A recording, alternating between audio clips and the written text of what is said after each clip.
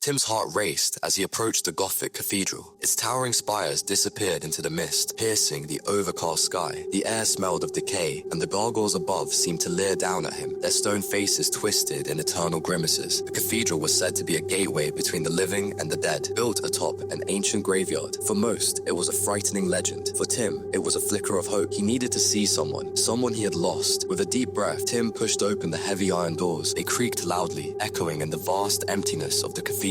Inside, the air was colder, pressing against him like icy fingers. The stained glass windows cast broken rays of light across the stone floor, the colors muted and dull in the gloom. Tim's footsteps were the only sound in the cavernous silence, his heart pounding as he moved deeper into the shadows. Outside, the fog seemed to grow thicker in the courtyard. This was where the sightings happened, where lost souls were said to wander. Tim stepped carefully into the mist, his breath visible in the cold air. The silence was oppressive, broken only by the occasional rustle of leaves or the distant toll of the cathedral bell. Then, a faint sound reached his ears, the murmur of voices. Tim froze, his pulse quickening. The fog shifted, swirling as though something was moving within it. "Hello," he called, his voice trembling. The murmurs stopped. The silence that followed was deafening. Then, they appeared. Figures began to materialize from the mist, their outlines faint at first, but growing sharper with each passing moment. Tim's breath caught in his throat. These were faces he knew. Samantha, her blonde hair tied back just as it had been. Jacob, his mischievous grin intact. Emily, clutching her sketchbook to her chest. The same faces, frozen in time, just as they had been the day of the accident, the day of the crash. "No," Tim whispered, stumbling back. The memories came flooding back, the screech of tires, the deafening explosion, the flames that had consumed everything. He had been there, he had seen it all, but how were they here now? How were they alive? "Tim," Samantha's voice was soft, but it cut through the fog like a knife. She stepped closer, her eyes glistening with something that looked like relief or sorrow. "You found us." Tim's mind raced. "Found you," he repeated. "How? You can't be here. We're the same," Jacob said, his grin now gone, replaced with a solemn expression. "Don't you remember?" Tim's vision blurred. The memories of that day, the fire, the screams, rushed back with such intensity that he felt as though he was reliving it all over again. He looked down at his hands, and there it was, the faint shimmer of flames, the ghostly remnants of the accident. "No," Tim whispered again, but the truth was undeniable. He wasn't alive. He hadn't been since the crash. The cathedral hadn't drawn him here to see the dead. It had drawn him here to join them. Emily stepped forward, her voice barely above a whisper. "We've been waiting for you, Tim. We're all here now." The bell tolled again, its deep sound resonating through the fog. The mist seemed to grow tighter around them, cocooning the group in its ghostly embrace. Tim looked at his friends, their faces no longer haunting, but serene and welcoming. The weight of years of confusion and sorrow lifted from his chest. He exhaled, feeling a sense of peace he hadn't known in years. For the first time, Tim felt at home. The bell tolled one final time, and then everything fell silent. Tim had come. Homie.